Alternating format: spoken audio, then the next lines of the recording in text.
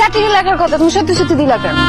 আমরা আপনাদের গ্রাম থেকে 2 জনকে সহকারী হিসেবে নিয়োগ দিতে চাই, যাদের স্যালারি হবে প্রতিদিন 1000 টাকা। স্যার, আমার ছেলে আছে, পড়াশোনা জানা ছেলে এবং অনলাইনে থাকে সারাদিন। এই কাজের জন্য একদম যোগ্য স্যার। চাকরি তো হয়ে গেল আব্বা। দেখছো কেমন ফাও ফাও চাকরি পেয়ে গেলি। আমি তো মনে করছি জীবনে তোর চাকরি হইবই না। ওই যে একটা কথা আছে না, জ্বরে বক পরে ফকিরের কেরামতি বাড়ে। আর আমুগেন হইছে জ্বরে ঘর পরে চাকরি আসে ঘরে ঘরে। আমার মোবাইলটা একটু বাজারে নিয়ে যাও তো, চার্জ দিয়ে নিয়ে আয়।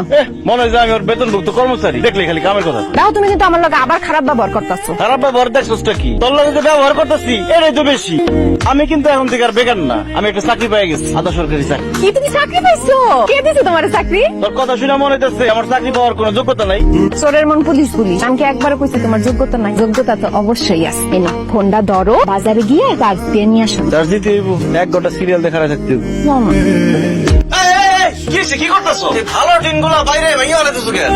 কি কথা গো? পরে কেমনে করি? তুই তখন তা করি লোক কি ধরে তো আমার কোনো ক্ষয়ক্ষতি হয় নাই, কিন্তু কই তো 20,000 টাকার ক্ষতি হয়েছে। কারণ ক্ষতি যদি না করি ক্ষতিপূরণ পাবো, তাই ক্ষতি করতেছি। এই ধর তারা যদি আইলো দেয় আমার কোনো ক্ষতি হয় নাই, তাহলে আমার মান সম্মানটা কই থাকবো? বাঙালি সবাই লাল কাপটা শুধু দেখাই, ঘর বাড়ি সব ভেঙে ফেলাবো।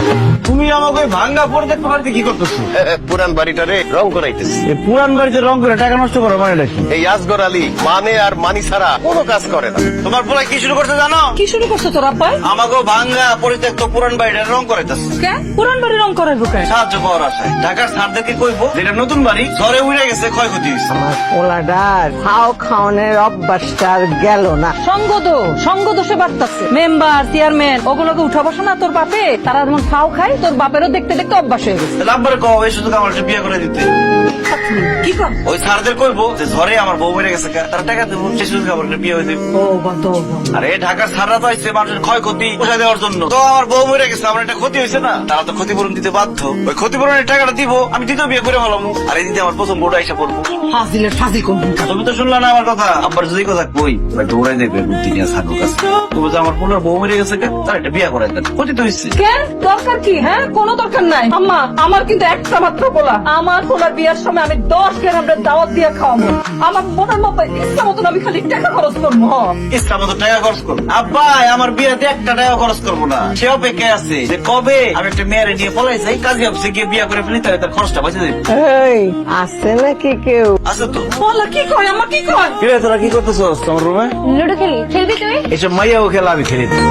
ইন্টারনেট জানা ছিল, সারাদিন লুডো অ্যাপের মধ্যে তো তুমি লুডোই খেলতা। এখন কয় এই সময় গুলো আমি খেলি না। সুতরাং কিন্তু আমার দেখে হ্যাঁ বলে কি করেন? সাফাই করি, দুজন এক লগে সাফাই করি না। আমার লোক আছে, আমার অনেক দিনের অভিজ্ঞতা। আপনারা 3 জনে যা সাফাই করবে তার চেয়ে বেশি আমি একলা সাফাই করতে পারবো না ভাই, ওই তো না, বাঘা বাইরে দেবো। এই ভাই, এই আমি কি আম করে সুর মনে করছো? আম করে কি সুরের মতো লাগে? জি স্যার। আমরা শুনলাম, আমরা সিএনজিও কর্মী, ডাকাতে আইছি যে শহরে যে মানুষের ক্ষতিগ্রস্ত হয়েছে ভোটার করবার নেই। এটা তো বিল্ডিং বাড়ি, জ্বরে আবার বিল্ডিং বাড়ি কি এমন ক্ষতি হইল? আভ্যন্তরীণ ক্ষতি, ওটা আমরা দেখতে পারবেন না, অন্তঃচক্ষু লাগে ভাই। অন্তরের ক্ষত কেউ দেখতে পারে, ভিতরে অনেক ক্ষত। তা বাড়ির সবার কি বাইন্দা রাখছে নাকি অজ্ঞান করছেন? নিজের আগে গেছে ভাই, ভালো করে একটা বোঝার চেষ্টা করেন। এই বাড়িতে যখন আমরা কাম কাজ করবো তাদেরকে বুঝাই বলছি, রাত্রে হইতে পারে, তাদের তো ঘুমের একটা ব্যাপার আছে। তারাই আমার এই কথা শুনে না পাশের বাড়িতে গেছে ঘুমানোর জন্য। আপনি কিন্তু বারবার আম করে চোর মনে করে কথা কইতেছেন। আমরা চোর না, আমরা এসে মানুষের উপকার করার জন্য। মানুষজন ঘুমাইতে পারতেছে না রাত বিরাতে, মানুষের এই নির্ঘুম দেখে আমাদের কষ্ট হইতেছে। এই জন্য আমরা নিজেরাই কাজে নেমে গেছি। কাজকে কখন আমরা ছোট করে দেখি না, কাজ কাজই, যে কোনো কাজ আমরা নিজের হাতে করতে পছন্দ করি। এই যে দেখেন সারাদিন কাজ করে রাত্র হয়ে গেছে, এখন আমরা নাইট করতেছি। দিনের বেলা এসেন, দিনের বেলা আসলে তম করে সালাম দিতে তো হয়রান হয়ে যাবেন। আমরা কি ধরনের অফিসার দিনের বেলা বুঝতে পারবেন। এত কথা কইেন আপনি জানতো।